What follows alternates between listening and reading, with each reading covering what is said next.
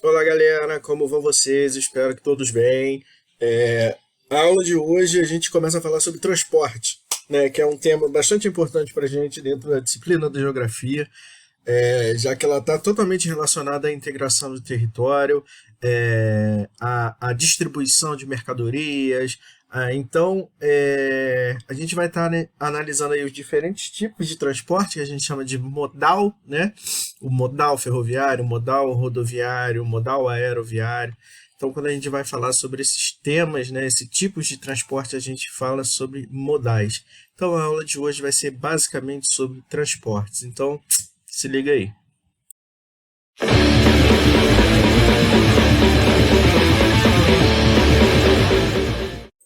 Bom, galera, então a gente começa com uma breve introdução aí, falando de algumas coisas para dar início ao nosso conteúdo.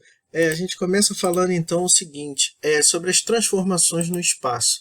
Né? O transporte, a evolução dos meios de transporte, ela gera transformações, sejam elas visíveis e invisíveis, né?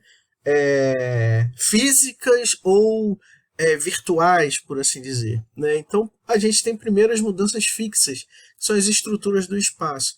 Né? A pavimentação e construção de autopistas, de rodovias, de avenidas, enfim, né? De viadutos, de elevados, e as mudanças, as transformações nos fluxos, né? Que são as vias de articulação. Então você passa a ter, como eu comentei anteriormente, uma maior integração do território, uma maior disponibilidade de vias de circulação e articulação. Né? Então, nós temos aí uma mudança também no fluxo de material, porque mais coisas vão ser transportadas, sejam elas matérias-primas, sejam elas produtos, sejam elas pessoas, e os fluxos imateriais, que é a circulação de capital, a circulação de informações, que são aquelas partes invisíveis, né? Propriamente ditas dentro desse contexto de circulação proporcionada pela evolução dos transportes. O primeiro tipo de transporte, o primeiro modal que a gente vai estar analisando é o modal rodoviário. Né? Ele tem algumas características básicas, como, por exemplo, uma implantação rápida e relativamente barata. Quando eu falo em implantação barata e rápida, eu estou comparando com os outros modais. Tá? Então, quando comparado com outros modais, a implantação de um sistema rodoviário ele é relativamente mais rápido e mais barato do que outros tipos, né, em outros aspectos. Mas tem um custo de manutenção elevada. Por quê? O uso desse modal é muito intenso aqui no território brasileiro, especificamente falando, tá, pessoal? Porque outros países do mundo têm outras características e outras prioridades e outros tipos de transporte predominantes. Aqui no Brasil, a gente tem o uso intenso das rodovias, né? Alguns trechos, tipo Rio-São Paulo, por exemplo, a BR-101, né, você tem aí um fluxo de transporte gigantesco. Um problema gigantesco relacionado à baixa qualidade de asfalto, e isso é muito comum, né, isso é bastante perceptível, a gente consegue ver lugares que acabaram de ser reformados, que acabaram de receber um recapeamento asfáltico, que em pouco tempo já estão esburacados, já estão apresentando aí inúmeros problemas de circulação, né? E além da baixa qualidade do asfalto, a gente tem o próprio problema do intemperismo nas áreas tropicais, que é o quê? É o desgaste, né? Por quê? Você tem o intemperismo físico, que é causado pelo impacto da água da chuva, é causado pelos ventos, pelo próprio calor, né, os raios solares, e o intemperismo químico, que é causado pelo contato da água. Né, o simples fato da água estar em contato com o asfalto, ele já tá provocando ali uma reação que vai provocar um desgaste.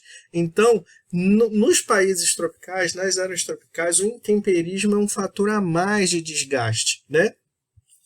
E tem o custo de operação elevado, né? Primeiro porque o frete ele costuma ser caro, né? É, com uma baixa capacidade, um baixo volume de carga, e você tem algumas variáveis aí, como por exemplo, a dependência em relação ao petróleo. Então, se há uma oscilação no valor do petróleo, você vai ter uma oscilação no valor dos combustíveis. E a gente tem visto essa oscilação ser bastante intensa nos últimos tempos, com um aumento muito significativo da gasolina, que está mais próximo da nossa realidade. Né? A gente aí em poucos anos saiu de 2,80, 2,90 para 5,10, R$ 5. Né? Uma vantagem incontestável desse modal é a flexibilidade, né? Que aí é a ideia do door by door, ou seja, a entrega de porta em porta, a entrega em residência. Né? O transporte rodoviário ele tem essa possibilidade. Você faz uma encomenda, você faz uma compra e aquilo vai chegar na tua casa. Né? Mas tem a limitação, como eu falei, do baixo volume de carga. Esse tipo de transporte ele é bastante adequado para as curtas distâncias, ou seja, para as encomendas com distâncias relativamente pequenas e de baixo volume, o transporte rodoviário ele acaba se apresentando como mais adequado. Tá? Um outro tipo de transporte, um outro tipo de modal que a gente vai analisar é o modal ferroviário, ou seja, dos trens. Né? A implantação das ferrovias ela tem um custo mais elevado do que das rodovias, por exemplo. Né? Embora o custo de manutenção seja bem mais baixo do que das rodovias, porque requer menos manutenção. Né? Então isso faz com que tenha um baixo custo. Né? E quando a gente fala em menor custo energético, menor consumo energético, se comparado com o modal rodoviário. Pense na quantidade de carros, na quantidade de caminhões, né, que são necessários para transportar uma carga que é levada por um trem. Então, você tem aí um menor consumo energético quando comparado com o modal anterior que a gente estava analisando. Uma desvantagem em relação ao modal rodoviário é a pouca flexibilidade. A linha de trem não vai passar, por exemplo, na frente da sua casa. Você não tem como alterar uma rota de um trem, porque ele depende, obviamente, da linha férrea. Uma vantagem incontestável, altíssima capacidade de carga e adequado para longas distâncias. Então, isso aí é uma vantagem inquestionável dos trens, tá? Que por muito tempo foi uma opção de transporte aqui no território brasileiro, né? Há muito tempo, na verdade, né? Porque hoje em dia a gente tem claramente a opção de um modelo rodoviarista, né? Que a gente vai discutir o porquê disso daqui a pouco em outro momento. Existe a proposta, né, de implantação de um trem de alta velocidade ligando Rio de Janeiro a São Paulo, né, que era parte integrante, na verdade, do PAC, que era o Plano de Aceleração do Crescimento dos governos passados. Né? Hoje em dia já não se discute mais essa possibilidade, não se discute mais essa ideia, mas em um momento aqui no Brasil ela chegou a ser ventilada, chegou a ser cogitada, né? Embora estivesse bem longe de um processo de implantação propriamente dito. Né? Inclusive, a manutenção e a implantação disso geraria um gasto muito grande, daí um dos motivos, né, para essa proposta não ter avançado, para essa proposta não ter sido levada adiante. Seria uma alternativa à ponte aérea Rio-São Paulo, né, mas que, de acordo com as previsões, apresentaria um custo elevado de passagem e tudo mais. Né? Então, esse TAV, que era o trem de alta velocidade, acabou praticamente caindo no esquecimento na atualidade. Né? E os trens também estão relacionados à existência dos portos secos. Por quê? Porque assim como existem os portos para os navios, existem centros de integração para os trens. Né? E esses centros de integração, inclusive, seriam intermodais, ou seja, esses portos secos funcionam para armazenagem e carga que chega de trem esqueci a palavra. E é levada, vou usar essa palavra mesmo, e é levada de caminhão, né? É distribuída de caminhão. Então, esses portos secos são uma alternativa interessante para esse processo de integração do território, embora manutenção e implantação tenham custos bastante elevados. Tá? O transporte hidroviário, que não é muito comum aqui na região sudeste, a gente não está muito acostumado com isso, mas quem na região norte do Brasil, por exemplo, é um tipo de transporte super explorado, né? Até porque existem algumas cidades na região norte que só se chega de navio, né? Então, os custos desse tipo de transporte são variáveis. Por quê? Primeiro, você tem tipos diferentes, né? Você tem a navegação marítima e a navegação fluvial, ou seja, por rios, né? Então, já são tipos de embarcação diferentes, propostas diferentes, né? De maneira geral, a implantação dessas hidrovias tem um custo baixo, exceto quando tem que fazer dragagem, quando tem que construir eclusa. Né? Eclusas são espécies de elevadores de água para compensar desníveis, né? Do fundo desses rios.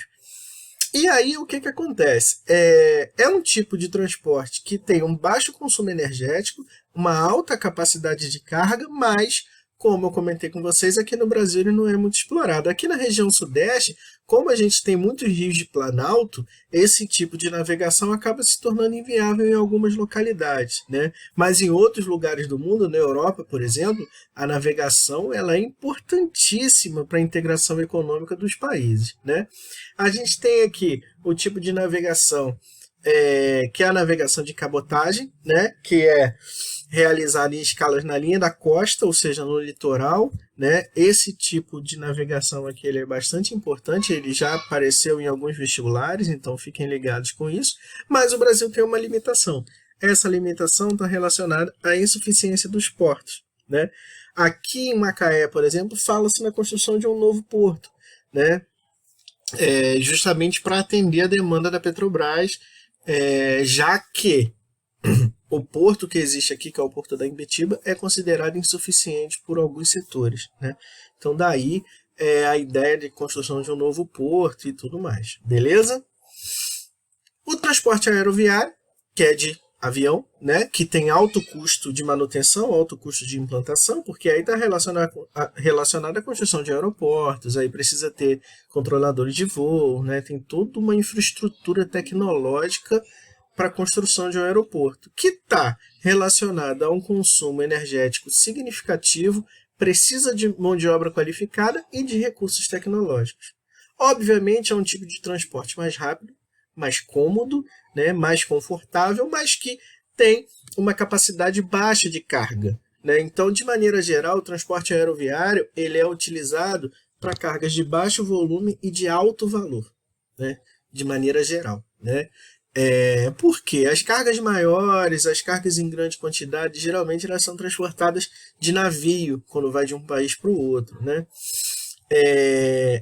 O transporte aeroviário, esse modal aeroviário, ele está intimamente relacionado ao processo de globalização, né, que foi exatamente a evolução do transporte aeroviário, o barateamento do transporte aeroviário, que impulsionou esse processo no mundo, como a gente já viu anteriormente. Né? Então, o aumento do fluxo da utilização desse transporte aeroviário está relacionado também ao aumento das relações comerciais entre diferentes países. As compras pela internet, aí entra as bugigangas da Wish, do AliExpress, né? Essas paradas que a galera curte comprar na internet. E também o barateamento de passagens e o aumento de fluxo de pessoas. Né? Hoje, você consegue fazer uma viagem nacional, uma viagem doméstica, a preços baixos, né? Dá para você ir para algumas cidades do sul, por exemplo, pagando R$100, R$150 na passagem, dependendo de quando você comprar, obviamente. Né? Então, esse barateamento, ele proporcionou um aumento no fluxo de pessoas, sem sombra de dúvidas. Tá? E o transporte dutoviário, que é o transporte por duto, obviamente que não serve para transporte de pessoas, né?